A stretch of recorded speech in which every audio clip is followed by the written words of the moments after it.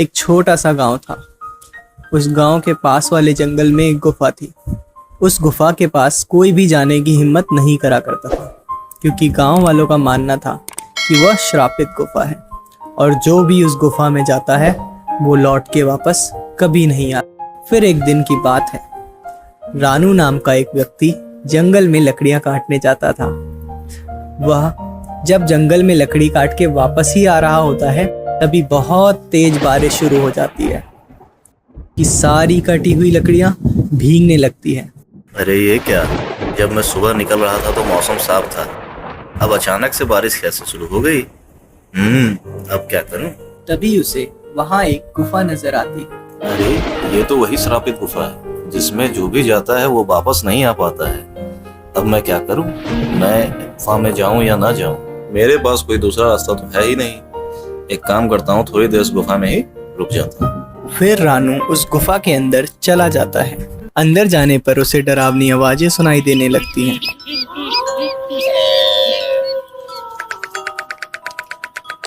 वह इधर उधर देखता है पर उसे कोई दिखाई नहीं देता है। फिर वह थोड़ी अंदर और जाता है और वापस लौट के कभी नहीं आता है। उधर गांव में रानू की पत्नी और उसका बेटा पिंकू उसका इंतजार करते रहते हैं, लेकिन पूरी रात गुजर जाती है और रानू घर वापस नहीं आता है। फिर अगले दिन सुबह होने पर रानू की पत्नी और उसका बेटा गांव वालों के पास जाते हैं और उन्हें रानू के लापता होने के बारे में बताते हैं। अरे भैया, मेरे पति कल जंगल गए थे लकड़ी लेने के लिए, परंतु अभी तक वो वापस नहीं आए हैं। कोई मेरी मदद करो उन्हें ढूंढने में। अरे बहन, मैंने कल रानू को जंगल में देखा था। वह लकड़ियां काट के घर की ओर आ रहा था, पर बहुत तेज बारिश होने लगी और वह उस बारिश से बचने के लिए उस श्रापित गुफा में चला गया था। तुम तो जानती ही हो, वह श्रापित गुफा है। उस गुफा के अंदर जो भी जाता है वह लौट के वापस नहीं आता है। हे भगवान, अब मेरे पति का क्या होगा?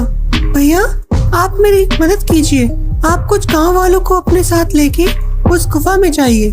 क्या पता उस गुफा में मेरे पति और बाकी गांव वाले जिंदा मिल जाएं। नहीं नहीं बहन, हम उस गुफा में मरने के लिए नहीं जाएंगे। सब बोलते हैं उस गुफा में चुड़ैल है, चुड़ैल, और जो भी उस गुफा में जाता है वो उसे कच्चा खा जाती है। नहीं नहीं, हमें माफ करो, हम तुम्हारी कोई मदद नहीं कर सकते।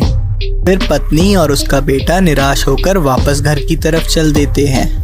अपनी माँ को परेशान देखकर पिंकू अपनी माँ को बोलता है, माँ परेशान मत हो, मैं बाबा को घर वापस लेके आऊंगा। अरे बेटा, जब पूरे गांव वाले मिलके उस गुफा में जाने की हिम्मत नहीं जुटा पा रहे हैं तो तुम क्या कर लोगे? कोई बात नहीं बेटा, भगवान तुम्हारे बाबा की रक्षा करेंगे। जाओ, बहुत रात हो गई है, तुम सो जाओ। पिंकू रात भर सो नहीं पाता है और वह अपने बाबा के बारे में सोचता रहता है और फिर वह फैसला करता है कि वह अपने बाबा को और सभी गांव वालों को जरूर बचा के लाएगा। यही सोचकर वह आधी रात को जंगल की ओर चल देता है। जंगल का रास्ता बहुत डरावना होता है। पिंकू को बहुत डरावनी आवाजें सुनाई देती हैं, लेकिन वह बिना डरे उस गुफा की ओर चलता जाता है। कुछ ही देर में वह उस गुफा में पहुंच जाता है। गुफा में पहुंचकर उसे वहां कोई भी गांव वाला नहीं दिखाई देता, सिर्फ डरावनी आवाजें ही सुनाई देती हैं। फिर वो हिम्मत दिखा के गुफा में और अंदर की ओर जाता है। तभी अचानक उसके सामने एक चुड़ैल आ जाती है। ये कौन है जो इस गुफा में मरने के लिए आया है? पिंकू उस चुड़ैल को देखकर हक्का बक्का रह जाता है। डर के मारे वह कांपने लग जाता है। उस चुड़ैल को देखकर उसकी हालत खराब हो जाती है, लेकिन वह भागता नहीं है और अपनी जगह पे डटा रहता है। चुड़ैल उसे बहुत डराने की कोशिश करती है, लेकिन वह अपनी जगह पे डटा रहता है।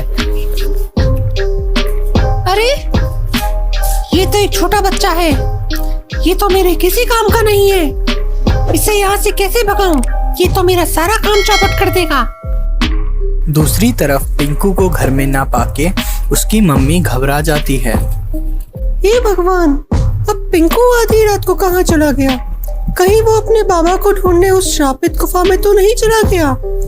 हे भगवान, अब मैं कहाँ जाऊं?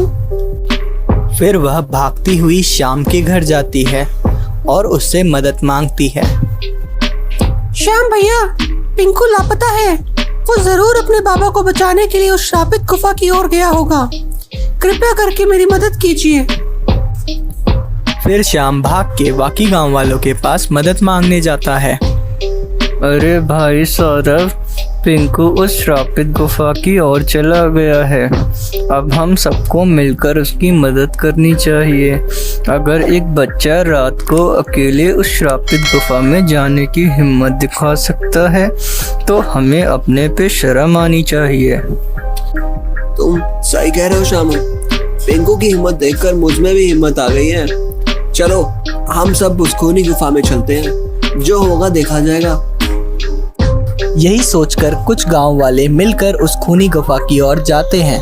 दूसरी तरफ वह चुड़ैल चिंटू को वहां से डरा के भगाने की कोशिश करती रहती है, परंतु चिंटू अपनी जगह से नहीं हिलता। अरे मूर्ख बालक, क्या तुझे मुझसे डर नहीं लगता? मैं तुझे कच्चा खा जाऊंगी। आखिरी बार बोल रही हूँ तुझे, यहाँ से चला जा, नहीं तो तुझे खा जाऊंगी।